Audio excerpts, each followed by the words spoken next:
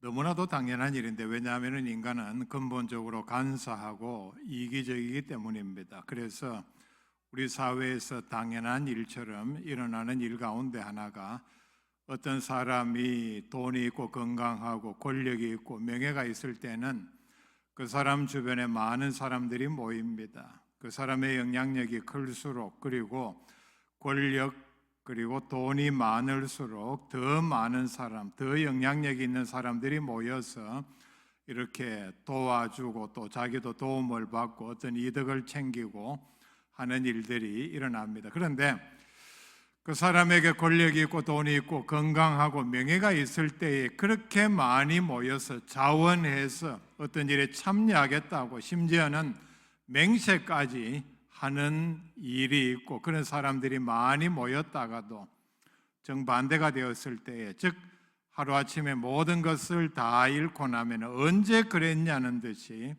결국은 모든 사람들은 다 떠나가고 맙니다. 떠나는 정도가 아니라 어떤 경우에는 배신을 하고 그리고 공격을 하는 일도 일어납니다.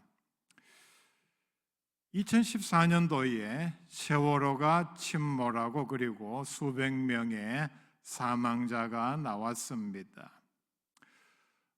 이런 사건이 일어나자 정부에서는, 그리고 아마 많은 사람들이 생각하기를, 유병헌 씨가 그 배의 회사의 실소유주고 그리고 수사 대상이 되었습니다. 이런 사건이 일어나면은 최고 책임자인 당사자는 제일 마지막에 부르는 것이 원칙이기 때문에 밑에서부터 이렇게 수사망을 좁혀오고 할 때에 유병헌 씨는 내가 모든 책임을 다지겠다, 그리고 보상을 하겠다, 동시에 수사에 협조를 하겠다, 이렇게 발표를 하고는 도망을 쳤습니다. 한참 동안 찾지를 못했습니다. 수사기관에서는 우리나라 역사상 현상금 최고액인 5억 원을 현상금으로 걸었습니다. 현상금 5억 원이 무슨 뜻이냐? 그 당시 나온 보도에 의하면, 제가 다시 인터넷에 자료를 찾아봤습니다. 현상금 5억이라는 얘기는 최측근도, 충성을 맹세한 사람도 배신하고 신고할 충분한 액수라는 얘기입니다. 나쁜 뜻이 있는 것 같지만은 현상금이 5억 원이니까 최측근도 유병헌이가 어디 있는지 알면 신고하라, 그 얘기입니다. 당시 알려진 바로는 유병헌 씨는 이런 일에 대비하기 위해서 자신의 엄청난 재산을 모두가 다 믿을 수 있는 최측근의 이름을 빌려서 숨겨놓았습니다.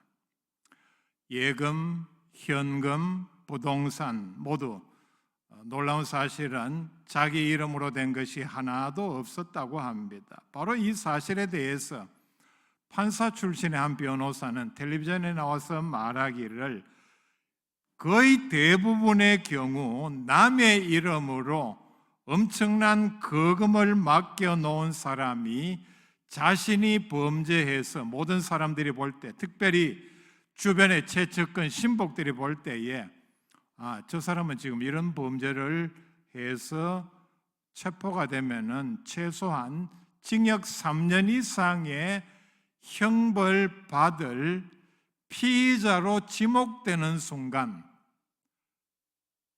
재산을 맡았던 최측근 신복, 심지어는 충성을 맹세한 사람들도 다 배신을 하고 도망을 가고 재산을 처분한다.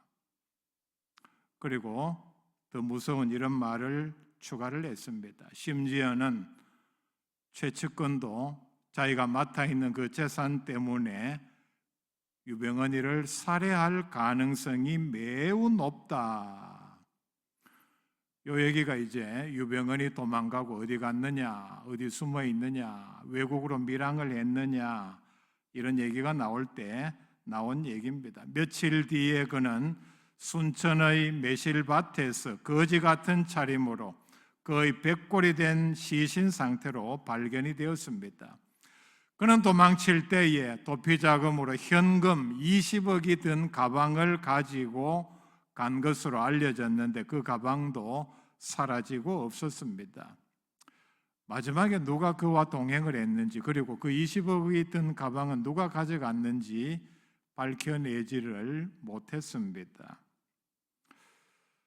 사람에게 있어서 항상 그 사람에게 지지하고 내가 책임을 지고, 그리고 끝까지 떠나지 아니하고 배신하지 아니하고 자기의 어떤 손해도 감수하고 지켜준다 하는 것은 거의 불가능하다는 얘기입니다. 전혀 그런 애가 없는 것은 아닙니다. 오늘 읽은 말씀 가운데서 보면 우리의 구원자이시며 하나님이신 예수님께서 공생의 기간에 사람들로부터, 심지어 제자들로부터 어떤 배신을 당했는지, 그리고 배척을 당했는가를 말씀을 하고 있습니다. 66절에 이렇게 말씀을 합니다. 그때부터 그의 제자 중에서 많은 사람이 떠나가고 다시 그와 함께 다니지 아니하더라 말씀을 합니다. 제자 중 많은 사람, 여기에 나오는 제자는 12제자는 아니고 장기간 따라다니면서 예수님으로부터 가르침을 받고, 그리고 구체적으로 많은 영역에서 예수님의 명령에 순종한 사람들입니다. 그런데 이런 제자 가운데서 많은 사람들이 예수님을 떠났다 말씀을 합니다. 그리고 다시는 예수님께로 돌아오지도 아니했고 동행하지도 아니했다 말씀을 합니다. 제자의 첫째 요건이 예수님과 동행하는 것입니다. 예수님을 따르는 것입니다.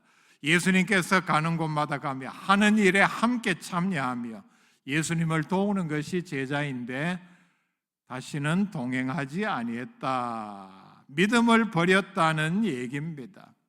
그리고 뒤에 보면은 예수님의 마지막은 예수님으로부터 많은 은혜를 받고 가르침을 받았던 사람들이 배신을 하고 예수님을 버리고 돌변하고 결국은 마지막에 예수님을 십자가에 못 박으라 외치는 것으로 그들의 배신은 끝이 났습니다. 예수님께서 처음부터 이런 삶을 사셨느냐?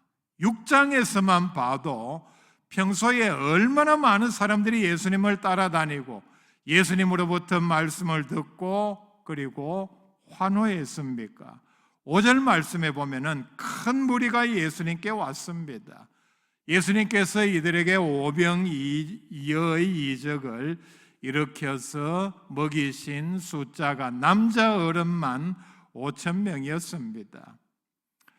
이런 무리들이 갈릴리를 중심으로 해서 장기간 많이 따라다니고 심지어는 며칠씩 이렇게 따라다녔으니까 그 당시에는 예수님의 인기가 엄청난, 정말 하늘을 찌를 정도였습니다. 요즘 말로 말하면은 수만 명의 팔로워를 거느린 유력자였습니다. 그런데 단순히 따라다닌 정도가 아니라 15절 말씀에 보면은 예수님을 임금 삼으려고 할 정도로 골수 팬들이었습니다. 요즘 말로 열정적으로 예수님을 따라다녔습니다. 그런데 66절에 같은 장에서 그때로부터 말씀을 합니다. 어느 한 시점에서 이제 많은 사람들이 예수님으로부터 등을 돌렸다 말씀을 합니다.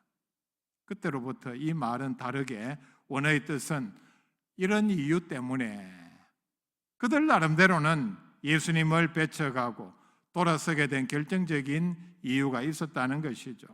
이유가 뭐냐? 첫째는 예수님의 말씀을 이해하지 못했기 때문입니다. 53절 말씀부터 보면 예수님께서 이런 말씀을 합니다. 너희들이 구원을 받으려면 내 살을 먹고 내 피를 마셔야 한다. 이렇게 말씀을 했을 때에 듣는 사람들은 아마도 한참 동안 예수님의 많은 말씀을 들었음에도 불구하고 이해하지를 못했습니다. 그래서 뭐라고 얘기를 하느냐? 60절에 보면 이렇게 반응을 보입니다. 다른 사람도 아닌, 거기 보면은 제자 중 여럿이 듣고 말하되 이 말씀은 어렵도다 누가 들을 수 있느냐. 제자 중에서도 예수님의 이 말씀을 이해하지를 못했습니다. 근데 사실 이해하지 못할 상황이 아니죠. 왜냐하면 그 전에 예수님께서 오병이어의 이적을 일으키신 목적이 내가 너희들에게 이렇게 육신의 양식을 주는 것처럼 뒤에 말씀합니다. 생명의 양식도 줄 터인데 나의 이 생명의 양식을 먹는 사람만이 구원 얻고 영생을 한다. 생명의 양식이 뭡니까? 예수님의 말씀입니다. 알아들을 수 있는 조건이 되는데 이해하지를 못했습니다. 그리고 뒤에 나오는 62절, 63절 말씀이 그들을 더 이해하지 못하게 만들었습니다. 62절에 보면은 너희는 인자가 내가 이전에 있던 곳으로 올라가는 것을 본다면 어떻게 하겠느냐. 내가 다시 너희들 보는 데서 하늘로 올라간다면 너희들이 어떻게 하겠느냐. 더더욱 믿지 못하는 말입니다. 63절 말씀도 마찬가지입니다. 그리고 41절, 52절 말씀에 보면은 더더욱 불만을 나타내 보입니다. 52절에 그러므로 유대인들이 서로 다투어 이르되 이 사람이 어찌 능히 자기 살을 우리에게 주어 먹게 하겠느냐. 참 이해할 수 없는 말을 한다. 이게 현장에서 예수님의 말씀을 들은 유대인들의 반응이었습니다. 두 번째는 예수님에게 육신적인 이익만 구했기 때문입니다. 거의 같은 장소라고 볼 수 있습니다. 26절 뒷부분에 보면은 예수님으로부터 떡을 얻어 먹은 사람들이 예수님께서 처음 그 이적을 행사한 자리에 찾아가 봤을 때 계시지 않자 다시 배를 타고 예수님 계신 곳까지 왔습니다. 예수님에게 찾아온 이 사람들의 모습을 보고서 예수님께서는 내가 진실로 너희에게 이르노니 너희가 나를 찾는 것은 표적을 본 까닭이 아니요 떡을 먹고 배부른 까닭이로다. 너희들이 내게 찾아온 것은 표적을 본 까닭도 아니요 그리고 내게 또 생명의 말씀을 듣기 위함도 아닌 아까처럼 지난번처럼 떡을 얻어 먹어서 배가 부르니까 또 나에게 찾아온 것이 아니냐, 또 얻어먹기 위해서 나에게 찾아온 것이 아니냐. 예수님께서는 그들의 중심을 꿰뚫어 보셨습니다. 그러니까 계속해서 많은 사람들이 예수님의 뒤를 따르는 목적이 무엇이냐, 육신적으로 잘 먹고 예수님으로부터 무엇을 얻어서 현실의 문제를 해결하기 위한 것이 그들의 근본 동기였습니다. 이런 생각에 사로잡혀 있으니까 우리의 죄를 대속하기 위해서 사람의 몸을 입고 이 땅에 오셨다는 사실에 대해서 알 수도 없었고 믿을 수도 없었습니다. 우리에게 육신의 양식을 주셨던 것처럼 생명의 양식도 주시는 분이심을 깨달을 수가 없었습니다. 그래서 예수님께서 35절에 이렇게 말씀을 합니다. 나는 생명의 떡이니 내게 오는 자는 결코 줄이지 아니할 터이요 나를 믿는 자는 영원히 목마르지 아니하리라. 역시 이 말씀을 믿지를 못했습니다. 바로 뒤에 36절에 그러나 내가 너희에게 이르기를 너희는 나를 보고도 믿지 아니하는도다 하였느니라. 이들의 문제가 뭡니까? 예수님에게 육신의 문제를 해결하고자 하는 동기만 가지고 따라다녔기 때문에 예수님께서 행하시는 이적을 보고도 예수님의 말씀을 듣고도 예수님을 믿지 못했다는 사실입니다. 이들의 행태에 대해서 그리고 제자로 불리우는 많은 사람들이 이제 현장에서 많이 떠나가자 예수님께서는 대단히 실망하셨습니다. 그리고는 충실하게 자기 곁에 남아있던 12 제자에게 이르시되 너희도 가려느냐 묻고 계십니다. 너희도 가려느냐. 여러분, 우리는 늘 예수님께서 제자들에게 하셨던 말씀, 너희도 가려느냐, 너도 가려느냐, 예수님께서 지금 내게 항상 묻는 물음으로 생각하고 대답할 수 있어야 합니다. 믿음의 대열에서 천국 가는 도중에 사람들에게 어떤 일이 일어나면은 또 어떤 계기가 되면은 떠나는 사람들이 있습니다. 많은 사람들이 떠납니다. 또 떠날 것입니다. 알곡과 쭉정이가 한 자리에 모여 있습니다. 이게 땅에 있을 때에 모여 있을 때 어떤 용기에 담겨 있을 때는 그냥 한 자리에 같이 있습니다. 그런데 고난의 바람이 불면은 결국 쭉정이는 다 날아가 버립니다. 몇 달 전에 말씀을 드렸죠. 모든 영역에서 그 단계를 10단계로 나눌 수 있는데 박해도 10단계로 나눌 수 있습니다. 10번째 단계는 보통의 믿음으로서는 견디기 어려운, 대부분의 사람들이 믿음을 포기할 수밖에 없는 단계의 강도를 가지고 있습니다. 역사적으로 있었던 기독교인들에 대한 박해가 모두가 다 똑같은 1단계, 3단계, 5단계, 10단계는 아닐 것입니다. 우리가 이런 면에서 예수님께서 이렇게 물으실 수도 있다는 사실을 기억해야 합니다. 너는 지금은 믿음을 지키고 있지만은 몇 단계가 되면은 믿음을 버리려고 하느냐? 나를 떠나려고 하느냐? 아니면 더 심하게 너는 이미 마음으로 나를 떠난 놈이 아니냐? 혹시 나에게 그렇게 물으실지 않을지 우리가 주의를 기울여야 합니다. 형편이 더 어려워지면 너는 나를 떠날 것이 아니냐? 아니면 반대로 사정이 좋아지면 출세해서 잘 나가면 많은 것을 누리면 교회 나와서 복을 달라고 문제 해결해 달라고 아쉽게 기도하지 않아도 될 형편이면 너는 나를 떠날 것이 아니냐? 나를 떠나서도 얼마든지 잘 나가고 세상 부귀 영화를 누릴 수 있는데 그런 네가 뭐 때문에 교회 와서 궁색맞게 울며 뭘 달라, 어떻게 해달라, 문제 해결해 달라 할 리가 없겠지.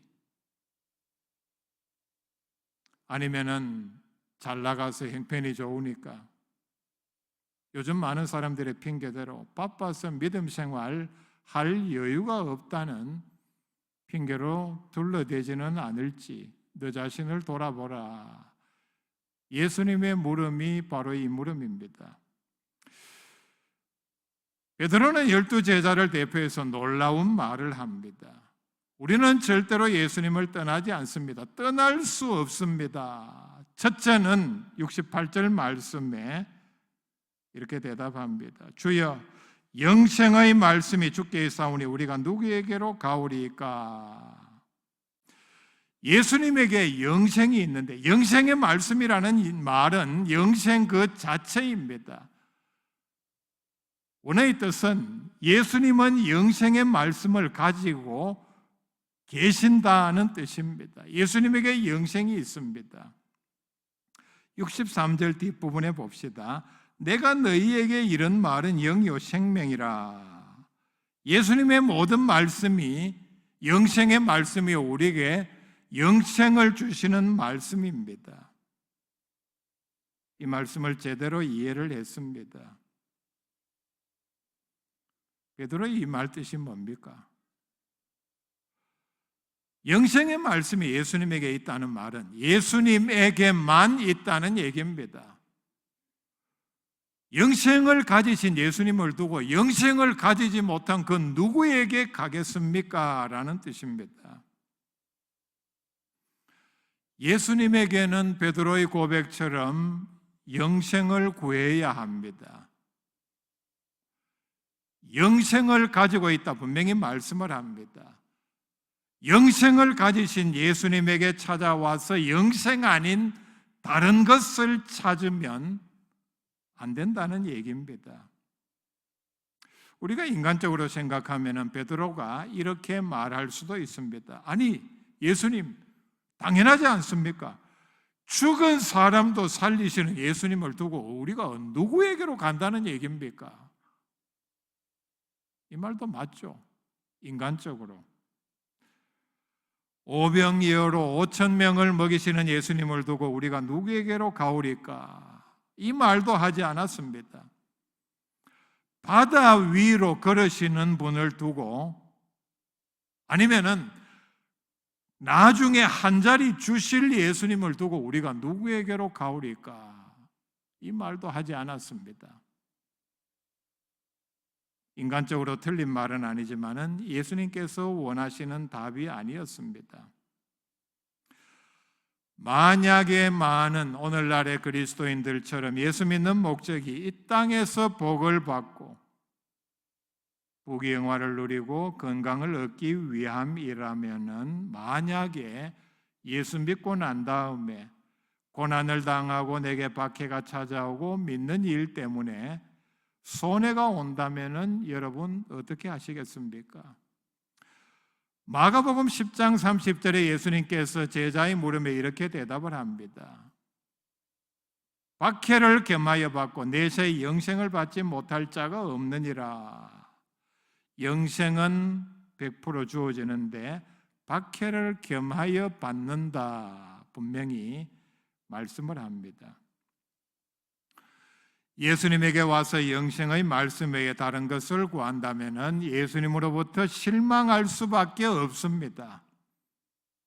그렇다면 결과는 뻔하죠. 떠날 수밖에 없죠. 그것 얻으려고 왔는데 주시지 않으니까. 이런 사람들은 끝까지 예수님의 뒤를 따를 수 없습니다. 예수님은 영생의 말씀이요, 그리고 영생 그 자체입니다. 그래서 한 두 장만 넘기면 됩니다. 뒤로 요한복음 5장 25절에 이렇게 말씀을 합니다. 진실로 진실로 너희에게 이르노니 죽은 자들이 하나님의 아들의 음성을 들을 때가 오나니 곧 이때라. 듣는 자는 살아나리라. 죽었던 사람도 영적으로 예수님의 음성을 들으면 바로 지금입니다. 듣는 자는 살아나리라. 놀라운 말씀을 합니다. 예수님만이 우리에게 영생을 주시는 분입니다. 두 번째는 예수님은 하나님이시기 때문입니다. 69절에 말씀을 합니다. 우리가 주는 하나님의 거룩하신 자이신 줄 믿고 알았사옵나이다. 예수님은 하나님이라는 얘기입니다. 물론 인간이기도 합니다. 사람의 몸을 입으신 하나님이십니다. 우리가 믿는 예수님은 죽어서 무덤에 들어가 살이 썩어서 뼈만 남은 사람이 아닙니다. 일시적으로 죽으셨지만 부활하셨고 승천하셔서 천국 보좌에 앉아 계시는 분입니다. 하나님이라는 얘기입니다. 믿고 알았다는 얘기는 원어에서는 과거 완료로 표현을 했습니다. 우리는 예수님의 말씀을 들을 때부터 예수님은 하나님이신 줄 알고 체험하고 믿었다, 확실하게 고백을 합니다. 자, 베드로의 고백, 떠날 수 없는 이유는 두 가지입니다. 영생이 있고 우리에게 영원한 생명을 주시고 하나님이신데, 이런 예수 믿다가 누구에게로 가겠습니까? 누구를 믿겠습니까? 그도 늙어 죽은, 그래서 뼈만 남은 석가를 믿겠습니까? 아니면은 제자가 이렇게 물었다고 하죠. 공자에게, 선생님, 사람이 죽은 뒤에는 어떻게 됩니까? 공자는 이렇게 대답했습니다. 살아서 일도 다 모르는데 내가 죽은 뒤에 일을 어떻게 알겠느냐. 공자는 이걸 보면은 위대한 스승은 분명합니다. 모르는 걸 모른다고 얘기했기 때문입니다.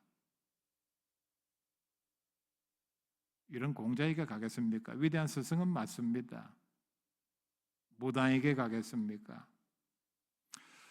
성경 많은 곳에서 보면 믿음을 버리고 예수님을 떠나는 위험성에 대하여 경고합니다. 특별히 말세에 이런 많은 일들이 있을 것이라 분명히 말씀을 합니다. 데살로니가 후서 2장 3절에 보면은 누가 어떻게 하여도 너희가 미혹되지 말라. 먼저 배교하는 일이 있고 저 불법의 사람 곧 멸망의 아들이 나타나기 전에는 그 날이 이르지 아니하리니 말씀을 합니다.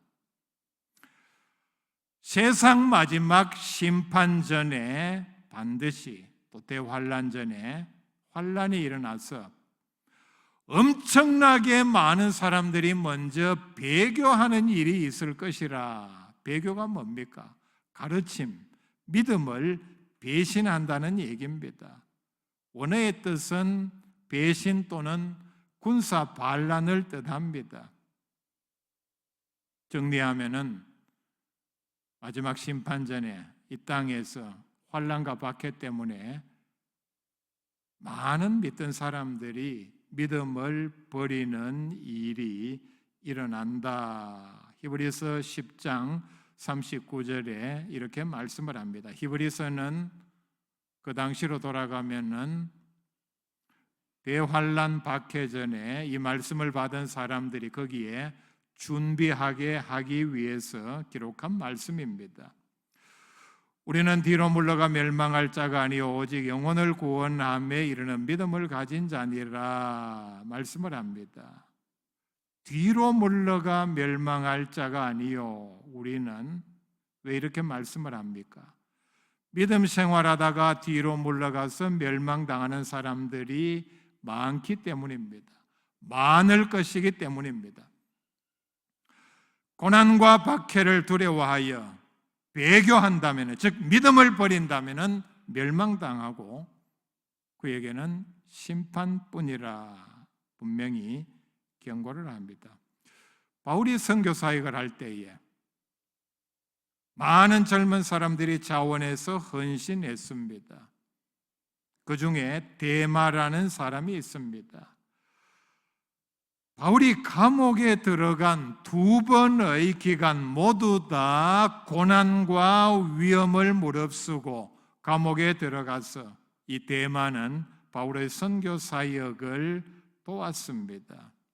그래서 바울이 감옥에 있으면서 바깥 교회에 편지를 할 때에 또 개인에게 편지를 할 때에 문안 인사를 할 때 보면은 데마라는 이름이 나옵니다. 대표적으로 빌레몬서 24절에 보면은 데마라는 이름은 누가보다 먼저 나옵니다. 누가보다 먼저 나온다.